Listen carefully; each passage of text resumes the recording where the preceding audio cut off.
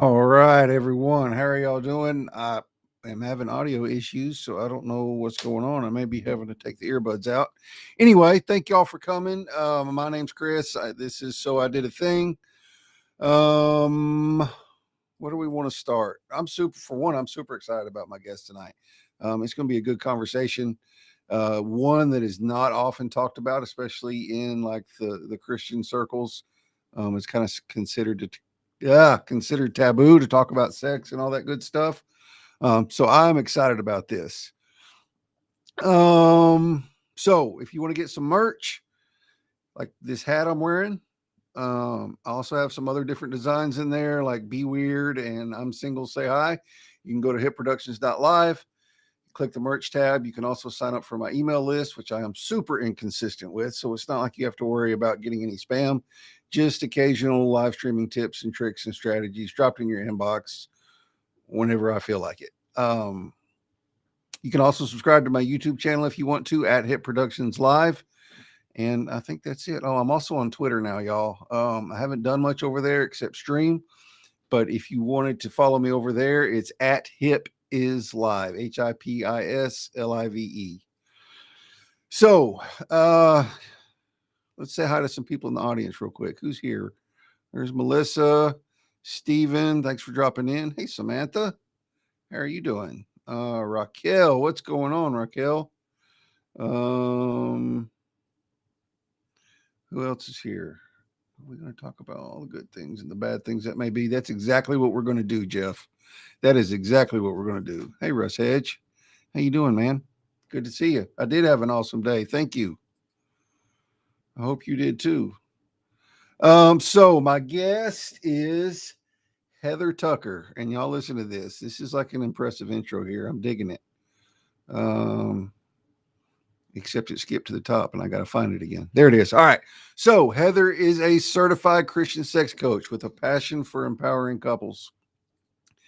A best-selling author and expert in sexuality, she helps both men and women overcome sexual shame and release their confidence, both in their personal lives and relationships. Her personal journey includes overcoming a 12-year sexless marriage, which inspired her to help others reclaim their sexuality and live their best lives. Her unique approach combines practical techniques with empathy and understanding, allowing her clients to feel seen and supported as they work through their challenges. With over 20 years of experience as a wife, mother to 3 men, and a first-time grandmother, congratulations, Heather brings a wealth of wisdom and insight to her coaching. Her warmth and authenticity make her a trusted partner for believers seeking to unlock their full sexual potential. Whether speaking at events, working one-on-one with clients, or sharing her message through her writing, Heather is committed to saving Christian marriages from infidelity and divorce one at a time, right? All right. So without any further ado, I'm going to bring out sex coach Heather. Woo! I'm like, yes, intro. Yeah, right. She sent me that earlier and was like, hey, I have a new intro. And I was like, she said, well, you do use it to, or a new about sex or whatever. And I said, yeah, I'll do that. And I read it and I was like, man, that's pretty impressive stuff. Thank you. Well, thank you so much for being here. Oh, you're I so appreciate it. pleasure. It's my pleasure. Since we're going to be talking about sex. Right, exactly. Yeah. So I thought it was like one of the things that first drew me to you. One was that you're a Christian sex coach, because that's like you don't ever see that, because that's so like I said, almost taboo for Christians to talk about it, even though it's something that God created for pleasure and for reproduction. So just tell us, like, how in the hell did you get into being a sex coach? Well, I didn't plan on it. I didn't wake up like 6 years old or whatever. I'm going to be a sex coach. Right. No, as a matter of fact, my whole childhood, we never had the sex talk. It's my sister and I, my mom, she took us to church all these years. And when we hit junior high school age, and we started hearing things at school, and my sister and I would have conversations at night like, is your body doing this? Are your boobs getting bigger? Are you, all the conversations that you have when you're younger. My Right. mom never brought up anything about our Really? bodies changing, nothing about the common stuff of being aroused and nothing. So when we started to like boys, my sister and I, we would go into like each other's room and we're like, "Psst," and we'd be talking about boys and how cute they are and oh my gosh, and we'd be so turned on and all that. And we wanted to have a conversation with our mom because she was our best friend. Like she could talk to us about anything. But when my sister and I sat her down, and this one day, okay, this is why we wanted to have this conversation, because there was the cutest boy that lived down the street, and my sister and I had the biggest crush on him. We would wait until he comes home. We got the binoculars out. We're like staring when he got home. And we just loved this guy so much. And so this one day we went down to his house. It was all the neighbor kids. And my sister and I, we sat one on the either side of him. So it was like me, and then the guy plopped down, and then my sister. And he said, "Hey, do one of you girls want to give me a BJ?" But he said the real word. And my sister like, "What's that?" Like, we didn't know what I know. I was like, oh my God. It was we were both so embarrassed. So we said no, because we didn't know what the heck he was talking about. Right. And so we went home and we sat my mom down and said, "Mom, so-and-so, we were just at his house, and he said, hey, do you want to give us a BJ?" And we didn't know what it was. What is a BJ? And she's like, "What? Who said that? I'm going to call his mom. He's going to be in so much trouble. He doesn't know what's coming." She never answered our question. Really? Never. The only response we got from her was that panic and the fear and the anger. And don't worry about it. You'll find out one day when you get married. That was the extent of the conversation around sex from my mom. Wow. My whole life, that nothing ever again. And because Yeah. of her reaction, I'm like, I am never even talking to this woman about any change in my body. I'm not talking to her about when I like a boy or anything, because she made it so uncomfortable. And that uncomfortability, Chris, went into my adulthood boyfriends, and it went into my first marriage, and it went into my second marriage.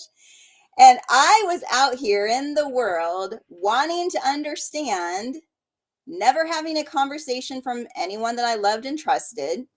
And so I thought, you know what? Shoot, I'm just going to go out and find out for myself. What's this whole sex thing about?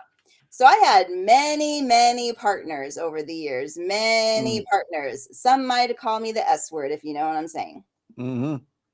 And I simply took it as, I'm out here experimenting. I want to know what I like. I want to know all the things. Right. Yeah.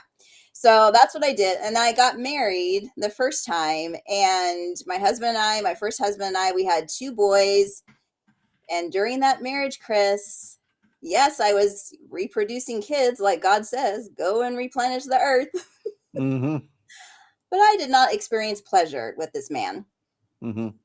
No climaxes. We can't say the O word on here. No climaxes. We can't? No, we can't say the O word. We'll get in trouble.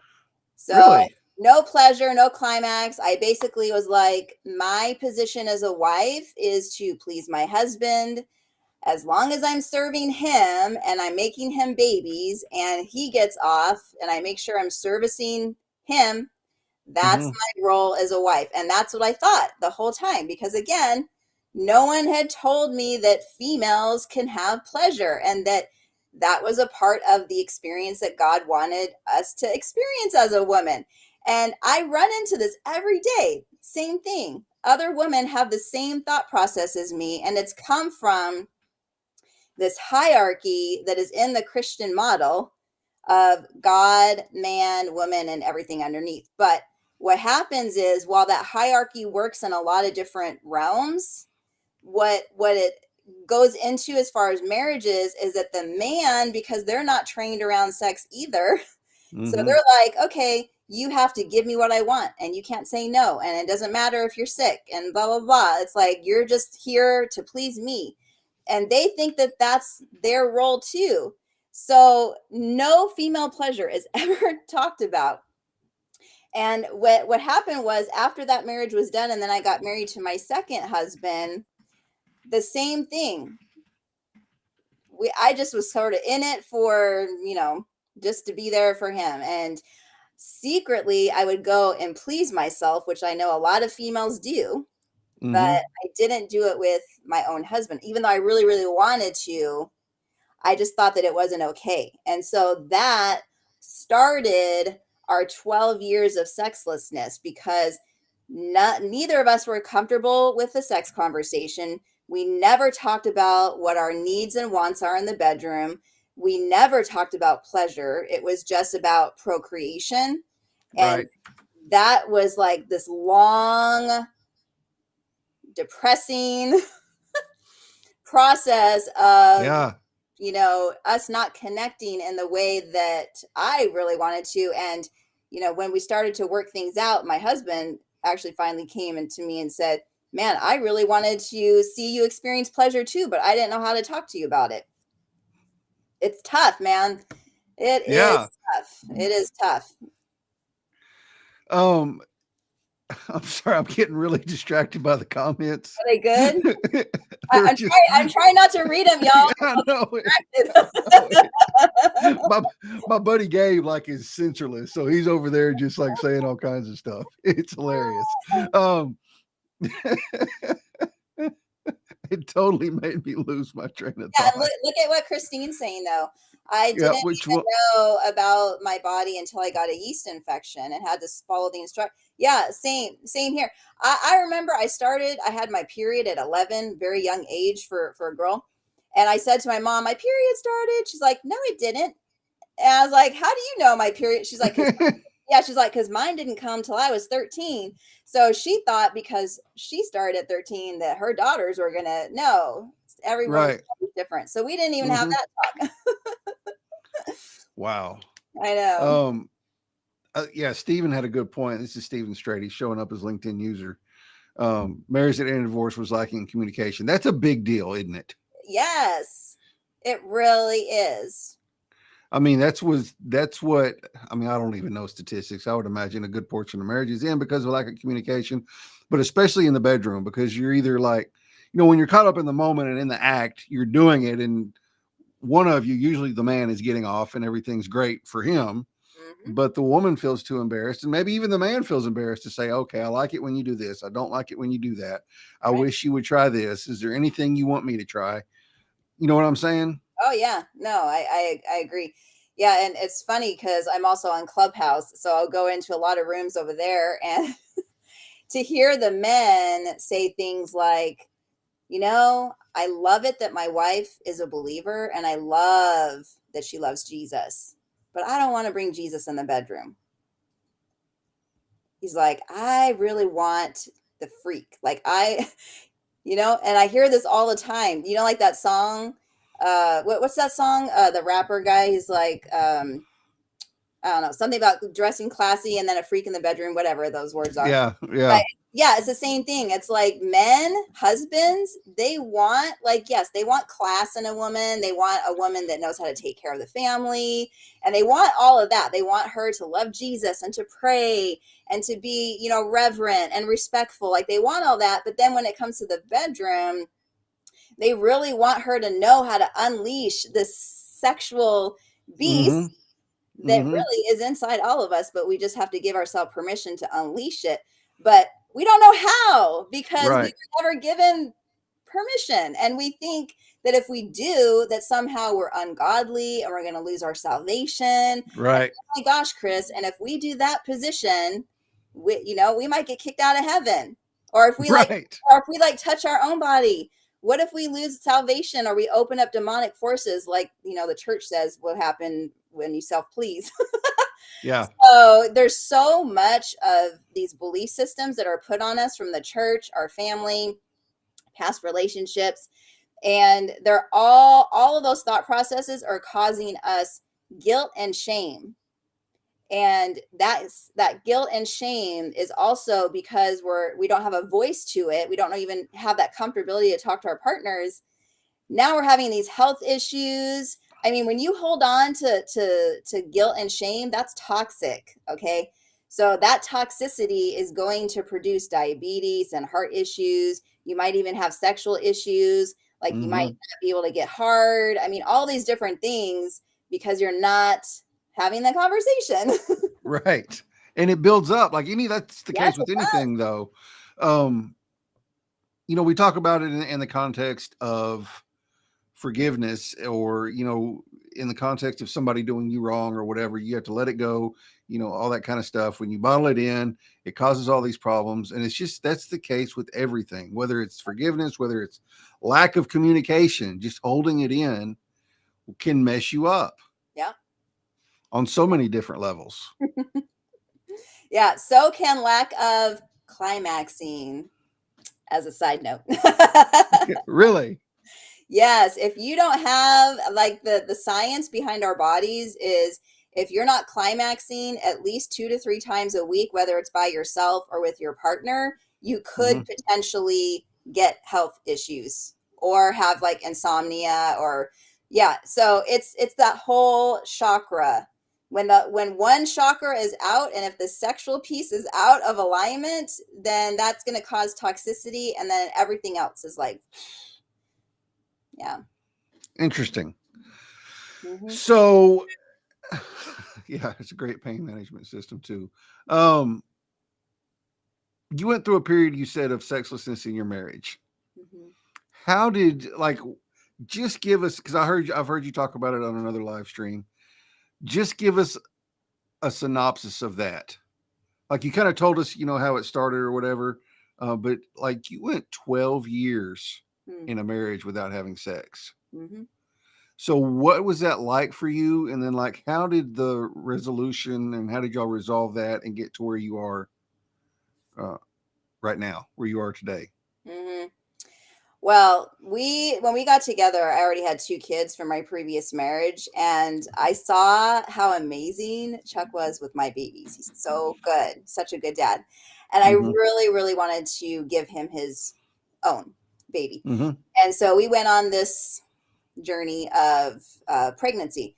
And we ended up having 2 miscarriages at almost 5 months. Very traumatic. Like the way that the miscarriage happened was, yeah, I can't even talk about it on here. It'll probably trigger. That's fine. Yeah, no, that's fine. That's fine. But Don't get into anything you don't want to get into. after that, when we finally got pregnant with Josh, who's now 18, it was such a horrible pregnancy. I was sick the entire time, so bad that I got dehydrated. I had to have a PIC line put in me and carry my IV bag around. Chuck was my nurse, putting in the nausea medicine into my bag so Mm. that I wouldn't. I mean, it was just this whole thing, you know. So when Josh finally came, and then our doctor released us to have sex at 6 weeks, I was like, yes, let's go. Cause I'm like super into it. I love like I'm the one with the high drive and on all that. So I was so excited. I went home that night and I got myself all dolled up, did my hair, did my makeup. I even put on my big hoops and I put on really cute lingerie and some heels and I put on the music and I did like all the things that he would normally love that I used to do. Hmm. And so came down the stairs and I approached him. I put my leg over him like I was going to sit on his lap, just like he loves it when he loves me being on top, which most guys do. Hmm. And so I did that. And as soon as I did, and I was like caressing him and kissing his neck, and I started the whole thing. And I was shocked what he did because he reacted unlike any other time in our marriage. He took my body, he picked me up like this, he put me to the side, and then he put me down. No words. And Mm. I was like, what just happened? So I Mm. said, are you okay? Yeah, I'm fine. I just don't feel like it. And I'm like, but look. I'm like, dude, look, you know? And he's like, I'm sorry. So I went upstairs, and of course, I was really disappointed. Tried again a couple days later, same thing. did the same exact thing. And he said, nope, sorry. And that is what started our 12 years of sexlessness. So I'm very open. I don't mind asking my partner, hey, are you okay? Like, what's happening? Why are you not wanting sex? So I had all the conversations like I was trained to do from the church. Premarital counseling said, if there's an issue, go and talk to your spouse about it. So I did. Went and talked to my spouse about it. All I would ever get from him for the entire 12 years, Chris, was, I don't know, I'm sorry. I don't know, I'm sorry. That's all I would know. So, of course, here I am as a woman. I just had your baby, you know. I don't know, I'm sorry. So I'm like, if I don't get an answer from you, I have no explanation. What does our brain do? We need to figure out why. Like, our brain needs to understand any situation, right? That's why our minds are going, why did he or she do this? So it's like your brain's processing. That's what I was doing too. So I ended up looking inward. It must be me. I must be too fat. He must not like my new stretch marks. He must not be attracted to me anymore. Maybe because he saw the baby come out, maybe he doesn't want to go down there anymore. Right. So all of these thought processes were happening. And I would ask him, is this why? Is this what? No, it's not you. It's not you. I just don't know. I don't know. So it was a very, very frustrating time. I bet. I will tell you that I don't know if you've ever heard this experience about being a caged butterfly, but that is how I felt. I felt like I was ready to come back out, ready to blossom with him as my husband. And his no was keeping me in this cage, and it was causing this deep, in the Bible, it talks about how God rescues us from the pit of despair. That is how I felt. I felt like I was in this pit of despair, and I had no idea how to get out. No clue. Yeah. It was very, very frustrating. And so this one day, this is like 11 years in. Okay, so this has been going on now for a really long time. And so this one day I was reading my Bible, and I came across that verse. I think it's Proverbs 23 or 24 or 25, around there. It talks about how it's better to live on a rooftop of a house than with a nagging wife. Yep. And dude, when I read that, Chris, it was like God spiritually slapped me. Yeah. And I felt like, oh my God, this is exactly what I have been doing all of these years. And then I started to realize, you know what, Heather? You bringing up this same conversation over and over and over and over again all these years is probably reminding Chuck of his younger boy years, when his mom would ask him to clean up the room. And if he didn't do it the first time, she'd go back and say, you clean the room. Did you clean the room yet? Did you clean the room yet? Did you clean the room yet? You didn't clean that room yet? So I was like, oh my gosh, that's probably how he's feeling. I'm probably adding like this extra pressure on him. And so after I read that, I'm like, you know what, God, I'm going to test this theory. I am going to take this conversation off of the plate. It's going away. And I'm going to test, like God says, test and see that the Lord is good. So I'm like, I'm going to test this thing, and I'm going to see if it works. So I no longer had that conversation with him. And I'm going to tell you what happened, Chris. A couple of weeks went by. All of a sudden, I seen Chuck start to come home early from work. Because for a while there, he's like, oh, I got to stay at work late. And I was like, dang. Because he knew that when he walked through that door, I would pounce on him. Are we having sex today? Every day. Are we having sex today? Yeah. And so when I took this off of the plate, I noticed he started to come home early. I also noticed that out of the blue, we didn't even have an anniversary, no birthday, nothing. He was bringing me flowers. He was coming over to the couch and wanting to sit next to me instead of going out into his man cave, which is what he used to do to avoid me, which I didn't know that's what he was doing.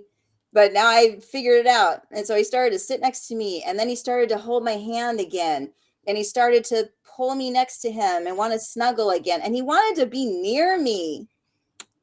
And that felt so good. That felt Yeah, I so, bet. so the sexual intercourse part, that didn't come back right away. That took weeks, maybe even months. But what did start, Chris, was the emotional intimacy started to rebuild itself. That part Mm-hmm. started to repair, and we started to have more conversations, and there was more romance, and there was more Mm-hmm. spontaneity with the romance, and times out for dinner, and we wanted to be near each other again, and there was no longer this wall of anger and resistance. it Mm-hmm. just it just dissipated, and now there was love again, Mm-hmm. and there was arousal. And guess what? I started to see when he would be near me that I could tell he was getting hard again. And that hadn't Mm-hmm. happened for a long time. So I knew that all of this work that we were doing was opening both of us up Mm-hmm. for arousal and turning on and desire. And we started to want each other. And you better believe the first time that we came back together again, oh my God, like there was freaking fireworks, and the soul connection was Mm-hmm. unlike anything that I had experienced. The climaxes were unlike anything I'd experienced because we had gone through so much. And now being Mm-hmm. on the other side, now we are stronger, and our commitment to each other is now on a deeper level, which makes the pleasure, of course, a lot better. Yeah, for real. So who made the first move at the end of all that? For Like whenever the first time y'all had sex? oh, mm, I feel like it was mutual because I remember we were across the way, like in the same room, and I noticed that he started to have a little, turn on time. Yeah. And we were just kind of like, I don't know, just like we were drawn. It was like this magnetic, like we just both knew that we were ready. So we ran upstairs. So I just had this image of, do you watch that 70s show? Yes, and now I'm watching the 90s show. Yeah, okay, so I've seen the 90s show. So, like it's kind of a running joke on a few episodes where Red and Kitty all of a sudden find themselves alone and they're Mm, like, and they run yes, upstairs. that's exactly how it was. Yeah, no, that's exactly how it was. Yeah, it felt more spontaneous, and there was like a lot more passion, and it reminded me of when we first got together, like how when you're first dating and you first like come together sexually, it's like that. It's like Mm-hmm. and it's almost like it's uncontrollable. That's what it started to become, Yeah. which was And amazing. Yeah, I love it. and and I want to go back to what you said, about how much the sex is always better, like when you have that uh emotional connection with someone. Yeah. Like, I spent, my marriage is no more now, but I spent years, sleeping around doing the whole wild and crazy guy thing. And then I got married and started having sex with just my wife. And it was amazing how much different the sex was with someone you actually cared about and had a connection with versus, Hmm. I mean, it's all, don't get me wrong, it's all good, but Yeah. at No, least I for get me, that's for what the guy, it is. Yeah. no, I get it. Um, but it's that connection just puts it on steroids. Yeah. It really does. That's Yeah. yeah, that's a good way of explaining it. So all of this, from the time you were a young girl, all the way up through a marriage, a second marriage, 12 years of sexlessness, that is where sex coach Heather was born. Yep. Exactly. So Yeah, 'cause tell us you know what, about that. Chris, man, I kept thinking, you know what? When I started coming out and sharing my story that we were going to counseling, like I was just making posts on social media, just sharing, Like, hey, I've been out here building because before I used to be a health coach, I had previously lost over 100 pounds. And so I wanted to help people with their health. What I noticed when I was a health coach is a lot of the times when a woman was emotionally eating, it was because her marriage wasn't good. So I'm like, oh, dang. So maybe that's like the root thing, that's happening. So when we had our thing and I started to come out and just share, like, hey, I know I've been out here promoting, been smiling, coming and showing up for my business. You all didn't know that on the back end, Chuck and I were having some marriage issues. Right. So, here we are. We're going to counseling, and I just started sharing. And I got a lot of messages like, oh my God, Heather, we're struggling too. What did you guys do to bring the sex back? And so I would get little private messages like that. And I just started sharing, like, and I shared about the principle that I learned in the Bible, and then most of the ladies are like, oh crap, I do that too. I talk about it like all the time. So I started sharing on the DMs. And then I thought, and I know this is always how God does it, right, Chris? It's like, yeah. What if? I was like, what if? And anytime I get a what if, that I know that's God putting the idea in my head. So I was like, what if I become a sex coach and I just share my story and I specifically help believers that did not have the sex talk get comfortable with the sex conversation? And what if I could help other couples to avoid and even overcome sexlessness? Because by this time, I had asked people on my Facebook, those little polls that you can do. Have you ever experienced sexlessness in your marriage? And there was over 200 comments this one time I made a post. I was like, holy crap. Like, this is a thing. So that is what pounced me into starting. And then about 6 months into my coaching, and I was helping like a lot of different people, I was like, ooh, I want to take it up a notch. And so that's when I went back to school and I got my certifications as a master sexpert and relationship coach.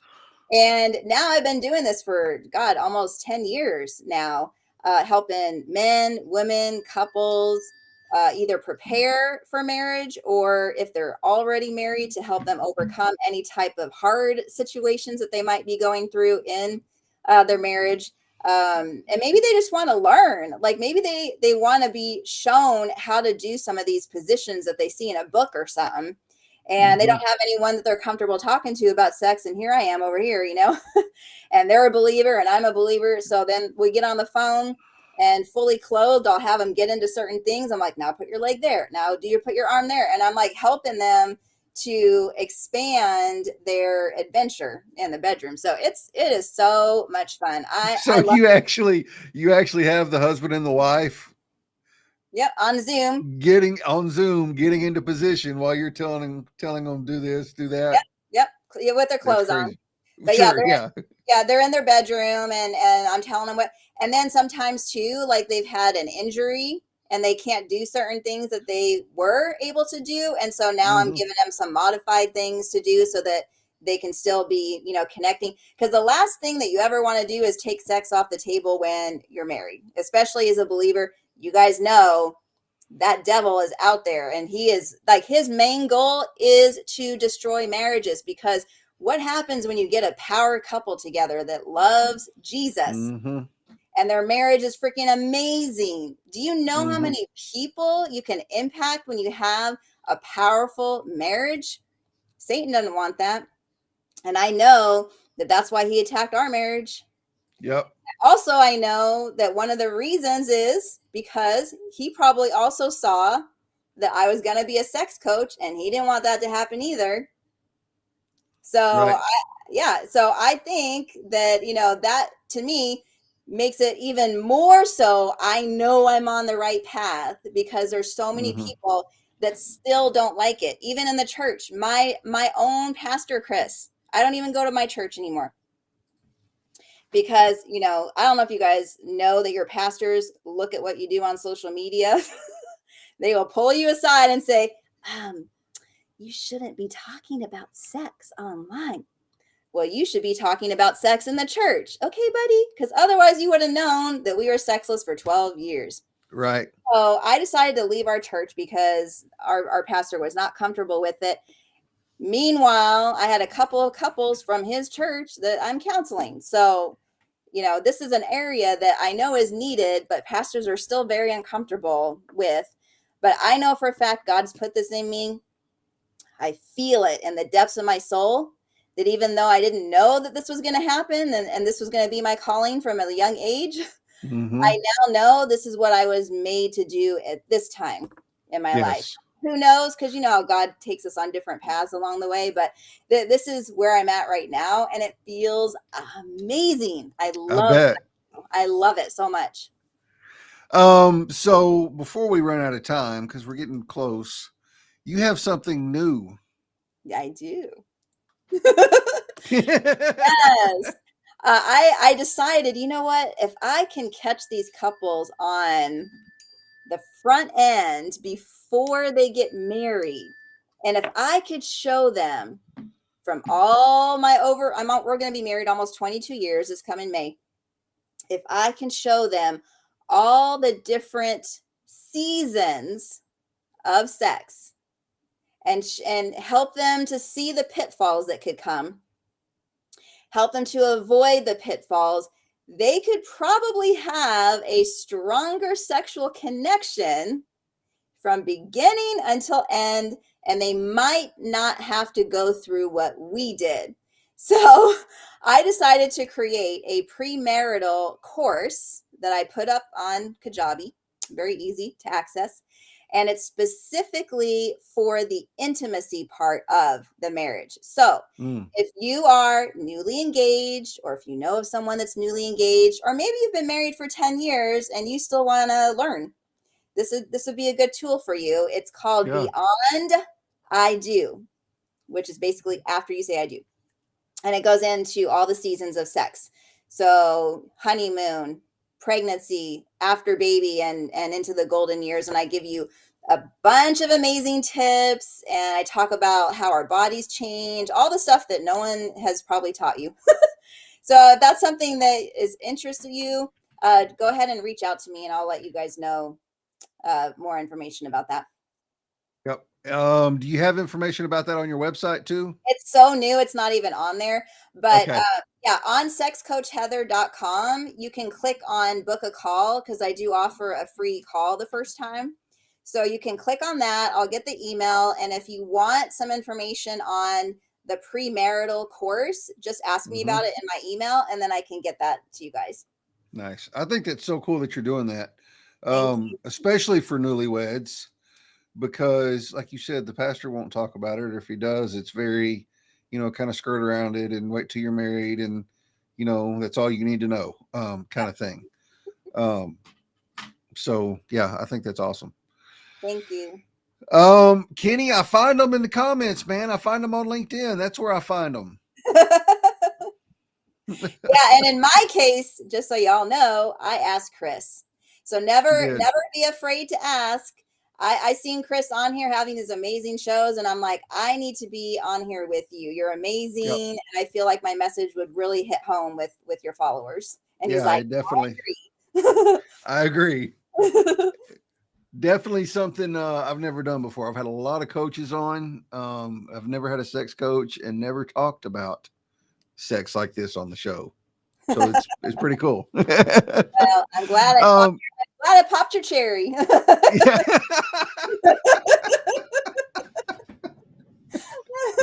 I am too. So you also do speaking though, right? Yeah, yeah, yeah. So tell us about that. I've been on several stages over the last couple of years, speaking at marriage retreats, single retreats, just to prepare people on getting to know their body and self-confidence and self-love, and how to take care of our female body and things like that. I also Mm-hmm. love to talk about women's empowerment and female sexuality and our femininity, and really just tapping into our feminine power, because we don't really give ourselves that permission as females. So I get invited to speak at a lot of women's summits as well. And I do it virtually. and also in person. So if you know of any events and you'd like me to be a speaker, just reach out. I'd love to have a chat with you all about that. Awesome. I love it. I love it. Well, this has been a great conversation. Is there anything else before we wrap it up tonight that you want to say, that you want to let people know, that you want to, whatever? The last thing I'll tell y'all is Psalms 139. You know, God created us on purpose with our own wants and needs in the bedroom. So he knit us together in our mother's womb, right? That includes how we get turned on, our desires, our fetishes, the things that actually bring us to climax. So I would love if you all gave yourself permission to fully tap in and just be curious with your bodies. See what it is that you like, and then own that as you've never owned anything before, and make it so solid that if you're with a partner now or not, you can speak it out loud in confidence. This is what I need in the bedroom to be fully sexually satisfied. And if you're dating, can you provide that to me? No, then you walk away. That's not for you. There is someone out there for you, if you're in the dating realm, that will love what you want to bring to the bedroom. So please do not settle. And if you're already married, it's never too late to get your sex life back in order. Just have these conversations. But please take the time to own your sexuality. I think if more of us did that, Chris, oh my gosh, we would be in an amazing place in life. We really would. That's where abundance comes in, I think, Chris. When you're fully owning your sexuality, that's where sexual abundance comes in.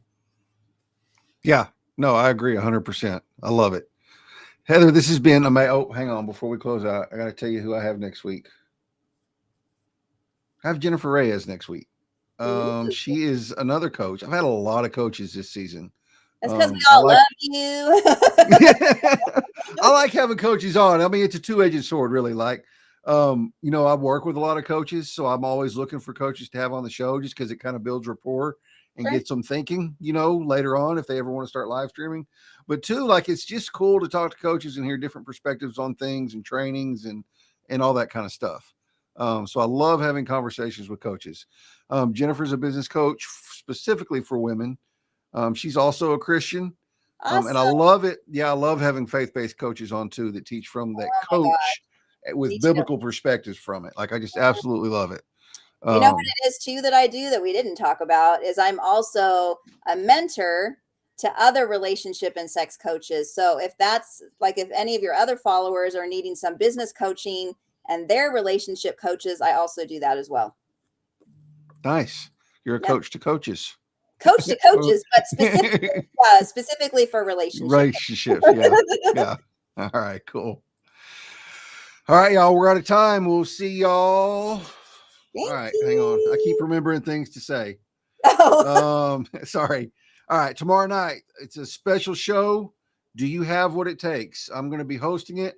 Brian Sagre, Mitch Whiting, and Matt Herron are going to be there. They're going to be talking about Do You Have What It Takes? They're going to be talking about a retreat Matt's doing. It's going to be at 9 p.m. Central, 7 p.m. Pacific. On my channel, it's going to be on all of our social media. Like, it's going to be out there on like 10 or 12 different social media channels at once. So if you miss it, it's not because of anything I did. It's because you were not on LinkedIn, because it'll be all over LinkedIn tomorrow night. Also, there is a LinkedIn local meetup in Memphis this Saturday at the Peabody Hotel. Amy Leanne Wills and Cat Friends put it together. I'll be there. Amy will be there.